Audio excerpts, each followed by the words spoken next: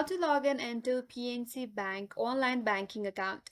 Hey everyone, welcome back to the channel, and on today's video we will see how we can log in into PNC Bank online banking account. So without further ado, let's get started.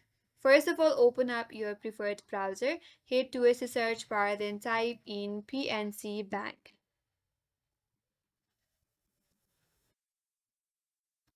Now from your search results, navigate to the first link, that is www.pnc.com. That's gonna take you to the official website.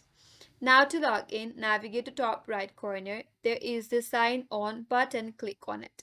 Here you have the login page. First of all, enter your user ID. Make sure you type in your correct user ID that is associated with your account. And on the next text box, you have to enter your password. Make sure you type in your correct password that is associated with your account. In case if you forgot your ID or password, there is a link right here. Click on it and that's going to help you recover your account. So once you're done entering your login credential here, all you have to do is click on sign on button, and if you have entered the correct login credential, you'll be logged in into your account.